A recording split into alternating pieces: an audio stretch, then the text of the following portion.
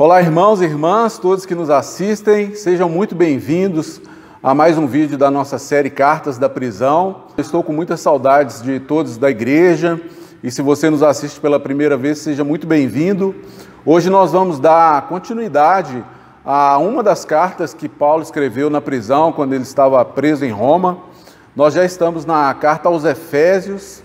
Hoje nós vamos dar continuidade ao capítulo 4 dessa carta tão importante para nós. Nos capítulos 1, 2 e 3, Paulo ele traz toda uma parte teórica, sobre como que os cristãos foram escolhidos antes da criação do mundo. E agora nós já estamos na parte prática. Na semana passada, o Miqueias falou um pouco sobre a unidade da igreja. Nós somos chamados a utilizar os nossos dons e talentos para preservar a unidade da igreja, até que alcancemos a maturidade espiritual e a edificação do corpo de Jesus aqui na terra. Então, meu objetivo hoje é falar que Deus espera que os seguidores de Jesus tenham uma vida de santidade. Em Efésios 1, versículo 4, fala que Deus nos escolheu antes da criação do mundo, para um propósito exclusivo, para sermos santos e irrepreensíveis em sua presença. Isso é uma verdade, irmãos e irmãs. Deus ele nos escolheu para sermos separados, sermos diferentes das pessoas deste mundo, enquanto a gente tiver a vida aqui na terra. O teólogo e pastor William Barclay, ele disse uma vez assim, que Deus ele é santo por excelência, porque Deus é diferente do homem, e que um sacerdote é diferente porque ele é diferente do homem comum. E em 1 Pedro 2, versículo 9, o apóstolo Pedro fala, vocês são geração eleita, povo exclusivo de Deus, sacerdócio real, para anunciar as grandezas daquele que os chamou para poder anunciar as boas novas de Jesus. Então, se somos sacerdotes de Deus, nós devemos ser diferentes de outros homens. E diferentes em que sentido? A Bíblia fala que é diferentes em santidade. Então, irmãos, na igreja primitiva, o seguidor de Jesus, ele não tinha dúvidas que ele deveria ser diferente do mundo. Afinal, o próprio Jesus, em tudo, ele se diferenciou das pessoas deste mundo, E Deus nos chama a fazer o mesmo. Então, a igreja, irmãos e amigos, ela nasceu para ser diferente do mundo. Infelizmente, o que se vê hoje é uma tendência, à diminuição da diferença entre a igreja e o mundo. Hoje, a gente vai ver que santidade, na verdade, não é só teoria. Santidade é prática. E é nesse sentido que o apóstolo Paulo ele começa a segunda metade do capítulo 4. Nós já estudamos na semana passada do 1 ao 16 e hoje a gente vai continuar a partir do versículo 17. Antes eu gostaria de chamá-los a uma oração. Senhor Deus e Pai Todo-Poderoso, muito obrigado pela presença do Senhor em nossas vidas, obrigado pelo seu amor, obrigado pela sua misericórdia. A minha oração, Deus, é que a graça do Senhor possa ajudar a gente a compreender, Pai, as verdades espirituais que contém a Tua Palavra, nos ajude a depender do Senhor a cada dia, nos ajuda, Pai, a sermos santos e irrepreensíveis na Tua presença, e nos ajuda a aprender, Pai, o que é viver uma vida de santidade na prática, Deus. Fica conosco nesse tempo, me usa aqui, me capacita como Teu servo para anunciar a verdade do Senhor aos meus irmãos e a todos que nos assistem. Em nome de Jesus, Pai, nós Te agradecemos. Amém.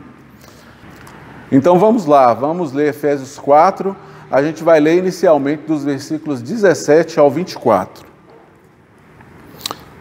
Diz assim: Assim eu lhes digo e no Senhor insisto, que não vivam mais como os gentios que vivem na inutilidade dos seus pensamentos.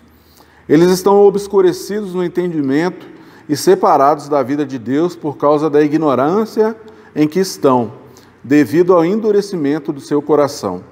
Tendo perdido toda a sensibilidade, eles se entregaram à depravação, cometendo com avidez toda espécie de impureza. Todavia não foi isso que vocês aprenderam de Cristo. De fato, vocês ouviram falar dele, e nele foram ensinados de acordo com a verdade que está em Jesus. Quanto à antiga maneira de viver, vocês foram ensinados a despir-se do velho homem que se corrompe por desejos enganosos, a serem renovados no modo de pensar e a revestir-se do novo homem, criado para ser semelhante a Deus em justiça e em santidade, proveniente da verdade.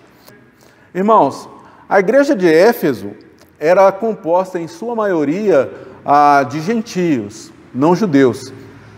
Paulo, ele insiste que os irmãos, eles deveriam viver, não mais viver como os gentios. Após a sua conversão, eles deveriam viver uma vida nova, condizente com a sua posição em Cristo. Afinal, eles foram chamados como filhos escolhidos de Deus para ter uma vida nova e cheia de bons frutos. Como que era a vida deles sem Jesus? Nós vimos na aula do capítulo 2, se você não assistiu, entra lá no nosso canal, no YouTube, CocBH, e veja essa aula. Lá nós aprendemos que a vida dos efésios, antes da conversão, era uma vida de morte espiritual. Então, morte espiritual era e é a condição de todos aqueles que não seguem Jesus Cristo nesse exato momento. Estão todos mortos em seus pecados e transgressões, ou seja, afastados de Deus. É isso que vai tratar o capítulo 2 de Efésios. Sem Cristo, a humanidade ela só pensa em coisas inúteis, e não nas coisas espirituais. Sem Cristo, as pessoas não entendem as coisas de Deus. Na verdade, há nas pessoas uma espécie de cegueira espiritual causada pela inutilidade de seus pensamentos, ao ponto do próprio apóstolo Paulo dizer na segunda carta aos Coríntios, no capítulo 4, versículo 4, que o Deus dessa era cegou o entendimento daqueles que não creem em Jesus, para que não vejam a luz do Evangelho da glória de Cristo, que é a imagem de Deus. Então, é isso que Satanás faz com aqueles que não têm o Evangelho, né? Ele tenta cegar o entendimento dessas pessoas, né? Então, sem Cristo, as pessoas estão separadas da vida de Deus por causa da dureza de seus corações. A tendência do ser humano é ser escravo do pecado. O pecado, ele tem um efeito, Paulo fala que endurece o coração, né? Ele petrifica o coração do homem, ao ponto desse homem perder toda a sensibilidade, né, em relação às coisas espirituais. Então é nesse sentido que Paulo ele insiste com os irmãos que já tinham entregado suas vidas a Cristo, que não vivessem mais como os gentios, né? E como que viviam os gentios daquela época, né? Eles viviam uma vida depravada, entregue aos prazeres da carne, à luxúria, à impureza sexual, à impureza moral. Para aquelas pessoas era normal o divórcio, o adultério, a embriaguez, a corrupção, era normal a homossexualidade, festas, né, com orgias e coisas semelhantes. Isso era o que permeava ali o mundo greco-romano da época de Paulo, né? Por que eles viviam assim? Viviam assim porque eles estavam separados da vida de Deus, como Paulo narra, com o entendimento obscurecido, né, com seus corações duros por causa da sua vida de pecado. Então Paulo ele escreveu essa carta mais ou menos há 60 anos depois de Cristo, mas parece que Paulo ele está escrevendo para os tempos atuais, né? O cenário atual do mundo, o que a gente vê infelizmente, né, essas coisas acontecerem, e infelizmente alguns movimentos têm se deixado levar pelo liberalismo e pela adaptação à vida moderna, né? Então Paulo ele é enfático, né? Aí no versículo 20 ele fala, né? Não foi isso que vocês aprenderam de Cristo. Paulo ele vai dizer que o verdadeiro estilo de vida é o estilo de vida que Jesus teve aqui na terra. Jesus ele é a favor do casamento e não do divórcio. Jesus ele é a favor do casamento e não do adultério. Ele é a favor da paz e não da violência. Jesus é a favor da verdade e não da mentira. Ele é a favor do ensino verdadeiro da palavra de Deus e não de doutrinas falsas criadas pela imaginação do homem. A vida de Jesus, ela personifica a verdadeira vida que agrada a Deus. Por isso é que nós precisamos conhecer o Jesus dos evangelhos, né? Lá nos evangelhos é que estão as palavras de Jesus, os passos que Jesus teve, as atitudes, as ações. É nos evangelhos também que os autores eles descrevem grande parte do que Jesus falou e fez durante os seus dias de vida aqui na terra. As palavras e as ações de Jesus, elas transformaram completamente a vida de seus seguidores e ela vai transformar, é capaz de transformar a vida de cada um de nós. Então aí nos versículos 22 ao 24, Paulo ele vai falar de uma maneira antiga e uma maneira nova de viver. Então, irmãos e amigos, todo cristão ele já teve uma maneira antiga de viver. Ninguém nasce convertido, né? Porque todos nós somos pecadores. Isso que a Bíblia ensina, Salmo 51, versículo 5 fala disso. Uns pecam mais, outros pecam menos, mas todos nós somos pecadores. Até a nossa conversão, o que nós cultivávamos era uma vida de pecado. É o que a nossa natureza humana produz, né? A Bíblia fala que o salário do pecado é a morte, né? Então a nossa natureza humana, caída e pecaminosa, ela produz pecado, né? E o ensino de Jesus, ele nos chama a deixar a nossa natureza caída e pecaminosa para nos tornarmos e sermos novas criaturas. É isso que aprendemos quando nós estudamos a Bíblia. A palavra de Deus, ela nos ensina a nos despir do velho homem, porque o homem sem Deus, como diz Paulo, ele deixa facilmente, né? Ele se deixa facilmente corromper por desejos enganosos, nocivos, né? Desejos em que sua maioria são contrários à vontade de Deus, que é boa, agradável e perfeita. Nós somos chamados por Deus, irmãos, a vestir as vestes novas, né? A nos revestirmos de uma vida nova, né? O que é mais bonito? Uma casa com ou sem revestimento? Quando eu era criança, eu me lembro até hoje, a gente morava numa casa só de tijolo, né? E é interessante que quando a nossa casa foi revestida, né? Primeiro com reboco, depois com a pintura, depois com azulejos, porcelanato, a galera lá em casa ficou assim, extasiada. Por quê? Uma casa revestida é muito mais legal, o ambiente fica mais limpo, fica mais bonito, né? E assim deve ser também a nossa vida, né? Nós somos chamados a nos tornarmos novos homens, novas mulheres, em Cristo Jesus. Jesus, ele entra em nossas vidas para fazer de nós novas criaturas, vem para mudar a nossa maneira de agir, a nossa maneira de pensar, né?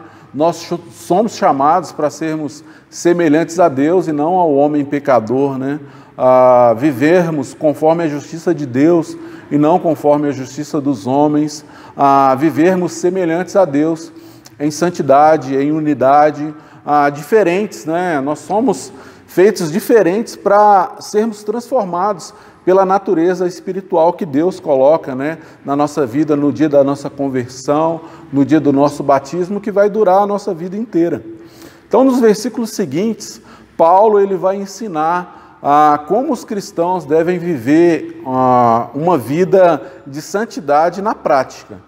Porque conversão, na verdade, o que acontece na conversão? A conversão ela é interna, mas isso deve refletir externamente nas ações, né, daqueles que se convertem a Jesus. Então, quando Deus muda o nosso coração, o que se deve ver é uma mudança, né, no nosso comportamento. A gente não é salvo pela graça de Deus para a gente continuar sendo a mesma pessoa que nós éramos antes. Nós somos salvos exatamente para sermos transformados dia após dia, né, pela graça de Deus, né? E a questão é, como viver a santidade na prática? A resposta é o que a gente vai ler aí nos próximos versículos, né? Então, no versículo 25, fala assim: portanto, cada um de vocês deve abandonar a mentira e falar a verdade ao seu próximo, pois todos somos membros de um mesmo corpo. Olha que interessante, todo discípulo de Jesus, ele deve trocar a mentira pela verdade. Jesus é a verdade, portanto, seus seguidores devem andar na verdade. Esse é o nosso chamado. Pois quem anda na mentira, o próprio Jesus fala em João, capítulo 8, né, que é filho do diabo, né, e o diabo que é o pai da mentira. Então, nós devemos falar a verdade a todos, mas no contexto aqui, Paulo ele fala para a gente, cada um de nós deve falar a verdade para o nosso irmão na fé. O contexto aqui fala sobre isso, né? O próximo aqui é o seu irmão em Cristo.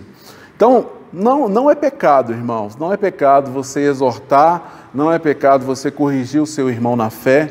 Nós somos membros do mesmo corpo, nós fazemos parte, né, da mesma igreja, né? E para que nós possamos crescer, né, e manter a igreja saudável, nós precisamos falar a verdade uns para os outros, né? Como que um corpo humano ele se mantém saudável, né? A dieta de diabético, né, com uma boa alimentação, exercício físico, a comida leve, de preferência sem gordura. A gente precisa de fazer uma boa caminhada, às vezes uma corrida, academia, malhação, se bem que está tudo fechado agora, né? Mas isso é necessário, porque senão, o que vai acontecer? O seu corpo não vai ficar saudável, né? E a igreja, né, para se manter saudável, né, o corpo de Cristo, para se manter saudável, o que ele precisa? Discipulado é um bom modo da igreja se manter saudável, né? A Bíblia fala sobre ferro, afiando ferro, um irmão sendo verdadeiro com outro irmão, uma irmã ajudando outra irmã a se arrepender de seus pecados. Irmãos, a igreja, na verdade, ela cresce e se fortalece quando nós falamos a verdade uns para os outros, né? Em amor, dia após dia. Nos versículos 26 e 27, Paulo ele continua dando mais algumas lições práticas. Olha aí, 26 e 27. Quando vocês ficarem irados, não pequem. Apaziguem a sua ira antes que o sol se ponha e não deem lugar ao diabo. O que é isso? Guardem isso, irmãos. Discípulos de Jesus permitem que as suas emoções sejam purificadas. Na maioria das situações, a ira, né, é algo ruim, mas tem situações em que a ira ela não é algo ruim. A ira ruim é aquela ira que é pecaminosa, né? Mas existe uma ira que ela é boa, né? Em Marcos 3, lá dos versículos 1 ao 5, tem uma história interessante que Jesus ele estava querendo curar um homem com a mão atrofiada. E aí fala que todos estavam observando ali para ver se ele iria curar no sábado ou não.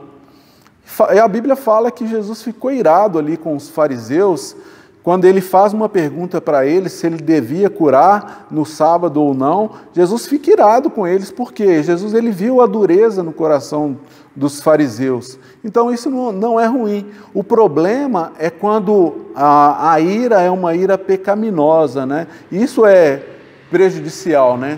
Se a gente fica irado, por exemplo, contra alguém que comete o mal, isso não tem problema. Se a gente fica irado contra alguém que comete aborto, por exemplo, isso é uma coisa boa. Se a gente fica irado, né, contra a pedofilia, é uma coisa boa, né?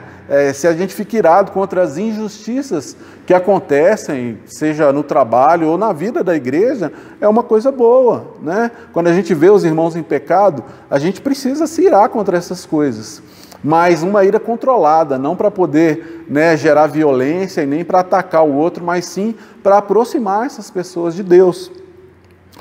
Então, precisamos controlar a nossa ira, né? A Bíblia fala, né? Quando ficarem irados, não pequem. O que é errado e que pode causar grande destruição na comunhão entre os irmãos é a ira pecaminosa, né? O diabo ele é um mestre em querer colocar a lenha na fogueira, né? Ele quer ver o circo pegar fogo, né? Então, principalmente no trato uns com os outros, dentro e fora da igreja. Isso aí é um alerta para os relacionamentos, né?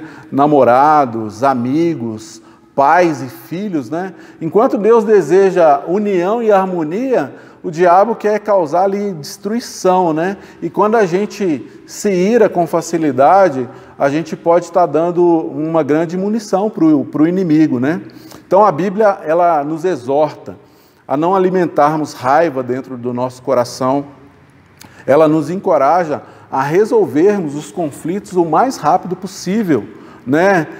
Eu e a Sandra, a gente fez um combinado lá para a gente não ir, né, dormir sem resolver os conflitos do dia a dia, né? Então a gente sempre se esforça para a gente não ir dormir de cara virada um para o outro, né? Então, quanto mais rápido a gente resolver esses conflitos, mais benefícios espirituais a gente vai trazer para a nossa vida. Então a Bíblia vai nos exortar que a gente deve tomar cuidado para não deixar que a ira, né, vire pecado em nossas vidas e venha nos prejudicar espiritualmente. Então, cuidado, irmãos, cuidado, que isso é uma coisa muito séria.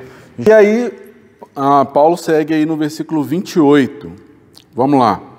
O que furtava, não furte mais, antes trabalhe, fazendo algo de útil com as mãos, para que tenha o que repartir com quem estiver em necessidade. Olha que interessante, né? Um conselho prático para aquele discípulo que era ladrão, ou seja, que roubava antes de se converter a Jesus. Então, nos meus estudos da carta aos Efésios, eu descobri que as cidades gregas da época, né, tinham muitos ladrões. Homens e mulheres, eles furtavam as roupas e pertences, né, dos banhistas dentro dos clubes ali na Grécia, em Roma. Os banhistas, eles iam se trocar de roupa e ali eles deixavam ali seus pertences, né? E enquanto eles estavam se trocando, na distração deles, vinham ali homens e mulheres e roubavam ali seus pertences e tudo. Isso era muito comum na época de Paulo, né? Tinha muito ladrão naquela época, na nossa época não é diferente. Existem muitos ladrões hoje, desde o mais simples até os corruptos, né, que a gente vê aí em todas as esferas, né, do país. Né? Então, o conselho que a Bíblia dá, né, para esse tipo de pessoa, né, que já foi ladrão no passado, de agora em diante, ao invés de roubar, trabalhe honestamente para ter suas próprias coisas. E o padrão de Deus, ele é bem mais alto do que isso, né? Agora, além de trabalhar com honestidade, essa pessoa deve, com o fruto do seu trabalho, ajudar aquele que está necessitado, né? Eu me lembrei, durante esses estudos, da decisão de Zaqueu, né? Jesus quis comer na casa dele, e ele recebe Jesus na casa dele com alegria, e aí ele toma uma decisão, né, de dar metade dos bens dele, que ele tinha ali extorquido, né? Ele decide devolver a metade dos seus bens, e também ele decidiu devolver 4 vezes mais aqui. E é isso que a graça de Deus ela produz, né? Somente Deus consegue transformar a vida de uma pessoa da água para o vinho. É isso que ele fez na vida de Zaqueu, é isso que ele fez na minha e na sua vida, se você já se converteu. É isso que ele pode fazer na vida de cada um de nós, né? Outra virtude que mostra a santidade em nossas vidas são palavras que edificam, né? Versículo 29. Nenhuma palavra torpe saia da boca de vocês, mas apenas o que for útil para edificar os outros, conforme a necessidade, para que conceda graça aos que a ouvem. Então, a Bíblia, ela fala que nenhuma palavra torpe deve sair da boca do cristão. Que desafiante isso, né, irmãos? E guardar a nossa língua, guardar a nossa boca, né? E não é só deixar de falar palavrão. Se você observar bem aqui o contexto, né? Se você for falar algo que não vai ajudar o seu irmão, que não vai edificar a vida dele, muitas vezes é melhor você nem falar. Tiago, ele dedica quase um capítulo inteiro, né, da sua carta para falar que o cristão ele precisa guardar a sua língua do mal, né? Então o fato é que se nós entregamos as nossas vidas, né, para ser dirigida por Jesus, se nós não cuidamos, né, da nossa língua, se nós roubamos, se nós enganamos o próximo, mentimos, né, se vivermos constantemente irados, será que isso vai glorificar o nome de Deus? Eu acredito que não. Então, assim, como cristãos, nós devemos nos lembrar do que Efésios fala. Sempre devemos lembrar de Efésios 1, versículo 13, né, que fala, né, quando vocês ouviram e creram na palavra da verdade, o evangelho que os salvou, vocês foram selados com o Espírito Santo da promessa. Isso a gente tem que lembrar sempre. Mas uma das coisas que a gente precisa também lembrar, irmãos, é de Efésios 4:30. Fala aqui, ó, não entristeçam o Espírito Santo de Deus, com o qual vocês foram selados para o dia da redenção. Não entristeçam o Espírito Santo de Deus. Quando eu era jovem, diversas vezes eu entristeci os meus pais. Eu deixava de ouvir os conselhos deles. Muitas vezes, né, meu pai e minha mãe sofriam até mais do que eu, né?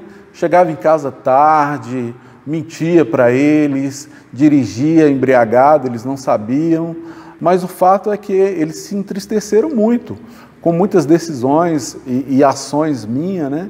Da mesma forma, quando nós somos escolhidos por Deus, mas nós não obedecemos às direções do Espírito Santo de Deus que habita em nós, a Bíblia não fala que o Espírito sai daquele que crê, né? Mas ela fala que o Espírito Santo se entristece quando o filho não obedece ao seu pai, né? E assim, o que a gente precisa, né, é saber disso, né? Que o Espírito que habita em nós, ele se entristece quando nós não obedecemos a palavra de Deus. Por isso é tão importante a gente entender qual é a nossa vocação em Cristo, né? Deus, ele nos chama a obedecer a Ele porque Ele quer se alegrar com a vida de cada um de nós, né? Então, irmãos, não entristeçamos o Espírito Santo de Deus. O que mais entristece o Espírito Santo de Deus? Se você olhar aí nos versículos seguintes, né, coisas que entristecem o Espírito Santo de Deus é quando guardamos mágoa e ressentimento uns dos outros, quando ficamos indignados, né, de uma maneira pecaminosa uns com os outros, quando gritamos uns com os outros, né, quando difamamos, falamos mal uns dos outros. O Espírito Santo, ele também se entristece, né? O cristão que vive praticando essas coisas, ele não alegra o coração de Deus. Ele precisa se arrepender, precisa mudar. Para você que não é seguidor de Jesus, o chamado de Jesus é para que você tenha esse tipo de vida, né? Uma vida que alegra o coração de Deus e não que o entristece, né? Portanto, a Bíblia fala, né? Livrem-se de toda amargura, indignação, ira, gritaria e calúnia, bem como de toda maldade, né? O bom é que a Bíblia, ela fala o que entristece o coração de Deus, mas que ela fala também o que alegra o coração de Deus. Aí no versículo 32, ela fala assim, ó: sejam bondosos e compassivos uns para com os outros, perdoando-se mutuamente, assim como Deus os perdoou em Cristo. Deus, ele se alegra quando nós passamos a olhar mais para o outro do que para nós mesmos, quando nós somos bondosos, quando servimos com alegria, quando temos compaixão, né, e misericórdia, até mesmo com aqueles que nos ofendem, que nos tratam mal, que não estão nem aí para a gente. Se a gente tiver compaixão e misericórdia dessas pessoas, Deus, ele vai se alegrar com cada um de nós. Quando perdoamos uns aos outros, né, o coração de Deus fica alegre. Eu acredito que o Espírito Santo, ele dá pulos de alegria dentro do nosso coração, né? E essas coisas são coisas que glorificam o nome de Deus, essas coisas iluminam as pessoas que vivem ao nosso redor. São essas as boas obras que fala lá em Efésios 2, versículo 10, as boas obras que Deus preparou antes para a gente poder praticar, né? Então, olha, quando Jesus sofria a morte na cruz, o que ele dizia, né? Com os pregos em suas mãos, ele dizia: Pai, perdoa-lhes, eles não sabem o que fazem, né? Por isso que Jesus, ele é a luz do mundo, né? Por isso que Jesus, do início ao fim, ele é um filho que quer glorificar o nome do Pai, porque ele agrada o Pai desde o início até o fim da sua vida, e hoje nós somos chamados a imitar esse Jesus que tanto fez, que tanto faz, e ele quer continuar fazendo isso na minha e na sua vida, né? E é assim que Paulo inicia o capítulo 5 de Efésios. Ele nos ensina mais detalhes, né, de como ter uma vida de santidade, né? No versículo 1 ele diz assim: portanto, sejam imitadores de Deus como filhos amados, e vivam em amor, como também Cristo nos amou e se entregou por nós, como oferta e sacrifício de aroma agradável a Deus. Imitar a Deus, né? Ele fala, portanto, sejam imitadores de Deus como filhos amados. Imitar a Deus é tentar fazer igual. A gente aprende tudo por imitação, né? Quase tudo que a gente aprende na vida é por imitação, a falar, a andar, que seja. Então, eu e Sandra, nós estávamos comentando sobre a vida, né, de alguns irmãos aqui da igreja, dos filhos, né, de alguns cristãos. Como que é legal, né? A gente vendo quando a gente estava reunido aqui na igreja, presencialmente, o David imitando o Gleison, com os vídeos, né? E as fotos que ele estava fazendo ali. Como que é legal isso, né? A Sandra também falou um dia que ela estava reunida com as irmãs e ela viu uma das filhas da Bruna imitando a maneira com que a Bruna estava orando, né? Isso é muito legal, né? Mas ao falar de santidade, a Bíblia nos chama para sermos imitadores de Deus, não de nossos pais, né? Em tese. A não ser que os nossos pais sigam os padrões da Bíblia, né? A gente tem que imitar, primeiramente, o caráter de Deus, né? O caráter de Jesus, né?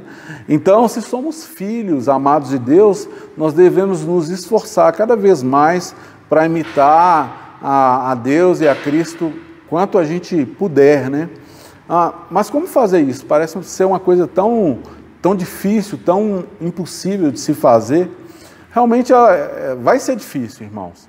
Se a gente não pedir a ajuda de Deus em oração, se a gente não ler a nossa Bíblia diariamente, se a gente não tiver comunhão uns com os outros dentro da igreja, mesmo que virtualmente, vai ser muito difícil a gente conseguir imitar o caráter de Jesus. Será impossível se a gente não crescer no conhecimento do Filho de Deus. Será impossível, né, se a gente não conhecer aquele que se entregou a Deus, né, por nós, como oferta de aroma agradável a Deus. É impossível, realmente, se a gente não fizer isso, né? Jesus, ele deve ser o alvo da nossa imitação, irmãos. Foi o que Paulo aprendeu durante a caminhada dele, é isso que ele vem tentando ensinar para os irmãos de Éfeso e de todas as igrejas ali ao redor, e é isso que eu gostaria que você e eu aprendesse nesse dia, né? A imitar o caráter de Deus, né? Então, no início do capítulo 5, Paulo, ele vai continuar falando de santidade e ele vai exortar a igreja de Cristo quanto à questão da pureza nos relacionamentos entre os irmãos. É o que a Bíblia nos exorta, né? Viver uma vida de amor a Deus e não uma vida para agradar em si, né, os nossos desejos e prazeres humanos, né? Então, vamos ler aí os versículos de 3 ao 7. Entre vocês não deve haver nem sequer menção de imoralidade sexual, como também de nenhuma espécie de impureza e de cobiça, pois essas coisas não são próprias para os santos. Não haja obscenidade, nem conversas tolas, nem gracejos imorais que são inconvenientes, mas ao invés disso, ações de graças, porque vocês podem estar certos disto. Nenhum imoral ou impuro ou ganancioso que é idólatra tem herança no reino de Cristo e de Deus. Ninguém os engane com palavras tolas, pois é por causa dessas coisas que a ira de Deus vem sobre os que vivem na desobediência. Portanto, não participem com eles dessas coisas. Irmãos, Paulo, ele vivia num contexto em que a imoralidade ela corria solta naquela época, né? Na maioria de suas cartas, ele vai bater forte contra a imoralidade sexual. Ele não queria, né, que a imoralidade sexual denegrisse a imagem da santidade da igreja. Imoralidade sexual não é coisa para cristão. Paulo, ele diz, né, entre vocês não deve haver nem sequer menção de moralidade sexual, nem de impureza, nem de cobiça. Então, assim, por sermos parte do povo de Deus, nós devemos imitar a Jesus. E também nessa área, né, Jesus ele era tão radical que ele falava assim, ó, olhou, desejou, já adulterou no coração. E Paulo vai nessa mesma linha, né? O pecado sexual é algo tão prejudicial que é o único pecado que Paulo fala, né? Lá em 1 Coríntios 6, fujam da imoralidade sexual. Então é algo que prejudica a vida do cristão, né? Por isso que ele vai bater forte contra essas questões, né? E aqui em Efésios, Paulo ele fala que esses assuntos imorais, impuros, cobiçosos, não devem ser nem motivo de conversa entre os irmãos na fé. Isso é um alerta para os irmãos, para as irmãs, né? Cuidado com as conversas que não edificam. Namorados, né? Cada um de vocês deve pensar, escolher as palavras que falam com suas irmãs e com seus irmãos, né? Jovens, né? E até mesmo nós casados, né? Devemos tomar cuidado, né? Ser bastante cautelosos com as conversas, né? Entre nós. Então, palavras indecentes, palavras tolas, palavras sujas, né? Não devem fazer parte do vocabulário da vida do povo de Deus. A Bíblia, ela diz que essas coisas, elas não são próprias para os santos, né? Para aqueles que foram separados para serem diferentes aqui nesse mundo. Lembra que eu comecei falando, né, que a gente deve viver uma vida diferente das pessoas deste mundo? É dessas coisas que Paulo está falando. Namorados, noivos, cuidado com as conversas, cuidado com os gracejos. É nessa fase do namoro que nós somos tentados, né, a nos rebelar contra Deus, né? Quando eu namorava com a Sandra, nós fomos aconselhados a não ficarmos muito tempo sozinhos. Isso nos ajudou um tanto, sabe? E eu queria falar aí com os casais, né? Tomem cuidado, irmãos. O inimigo ele é astuto, né? O ensino bíblico é que nós não devemos cobiçar coisas que são próprias apenas para o contexto de casamento, né? Deus tem o melhor para nós e vale a pena esperar, né? O que a gente deve, né? O que deve haver na vida dos cristãos, ao invés dessas coisas, são ações de graças, né? É um bom momento, né? Esse período do namoro é um período que a gente pode agradecer a Deus, né? Por Deus estar querendo que a gente tenha um namoro puro. Eu sou tão grato a Deus, né? Por ter me ajudado a lutar, né? Contra a pornografia, a vencer, né? A imoralidade sexual. Eu sou tão grato a Deus, né? Por ter a oportunidade de viver uma vida santa diante de Deus, né? E você que é solteiro, solteira, você tem esse privilégio também. A Bíblia, ela nos exorta a essas coisas, né? Com Cristo é possível, né? A gente vencer os pecados sexuais, eu sou testemunha disso, né? Em Cristo nós somos renovados, né? Para viver uma vida nova, uma vida regenerada. Os que vivem na desobediência, é que Paulo adverte, né? Em todas as cartas, o apóstolo Paulo ele vai advertir, né? Que essas pessoas elas estão, na verdade, enganando a si mesmas, se elas continuam praticando os mesmos pecados do passado, né? Uma coisa é você fazer uma viagem de 10.000 quilômetros e seu pneu fura uma ou duas vezes, você vai lá, conserta e segue viagem. Outra coisa é se seu pneu fura a cada 100 metros. Se o seu pneu furar a cada 100 metros, tem alguma coisa errada com o seu cristianismo, né? Preciso de arrependimento, né? A ira de Deus, ela vem aos que vivem na desobediência ao que a Bíblia vai falar, né? Então, exortação fazia parte da igreja primitiva, ela faz parte da igreja de hoje, né? E Paulo, ele nos exorta, né, a manter uma vida pura e santa diante de Deus, né? Por fim, Paulo, ele usa duas metáforas aí dos versículos 8 ao 14, para poder falar que o cristão, ele deve sim se diferenciar de um não cristão, né? Ele usa a metáfora de luz e trevas e usa também a metáfora daquele que está acordado e daquele que está dormindo, né? Ele diz assim, que antes dos irmãos se arrependerem de seus pecados, eles eram trevas, né? E essa era a sua vida, né? Antes de você se arrepender dos seus pecados, né? Então, se você ainda permanece em seus pecados, você que nos assiste, né, você ainda é trevas, né?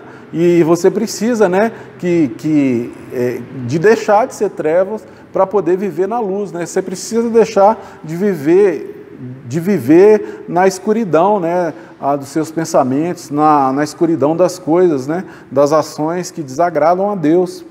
O meu conselho para você é: busque a Deus, conheça Jesus, conheça aquilo que agrada a Deus. Eu tenho certeza, né, que Deus quer que você se arrependa, que você viva uma vida nova. Eu tenho certeza que se você buscar ajuda, né, para poder conhecer a palavra de Deus, nós aqui da Igreja de Cristo estamos preparados para poder te ajudar a conhecer o Evangelho, né? É possível sim se arrepender, conhecer Cristo por meio da Bíblia, é totalmente possível.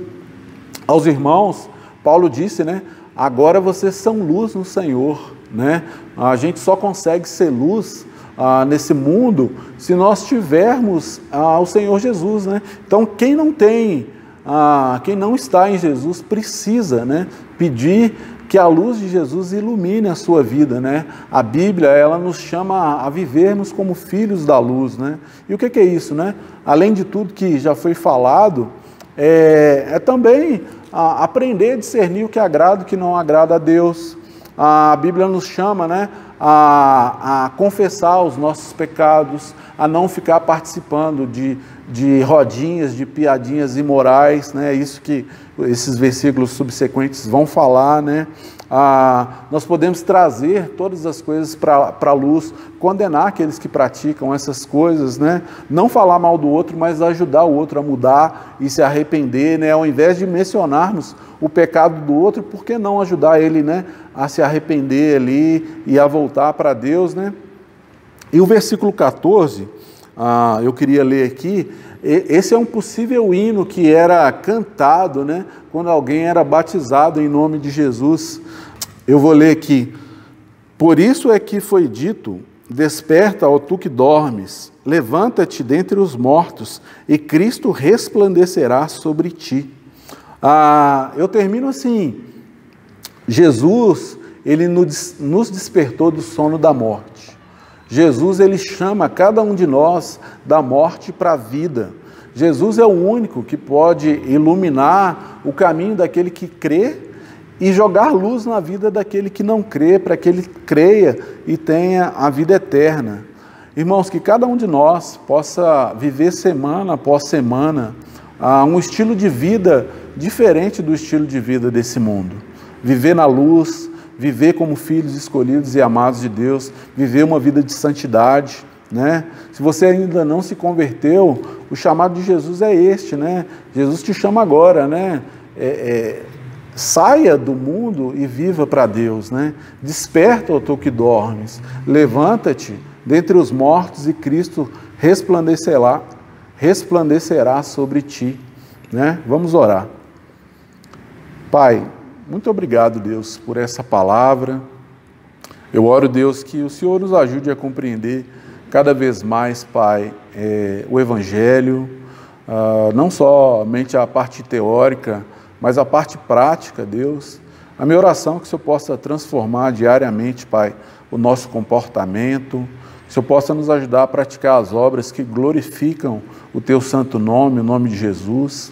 Eu oro, Pai, para que o Senhor possa ajudar os amigos que nos assistem também a se arrependerem de seus pecados, a compreenderem as verdades espirituais que há nas Escrituras.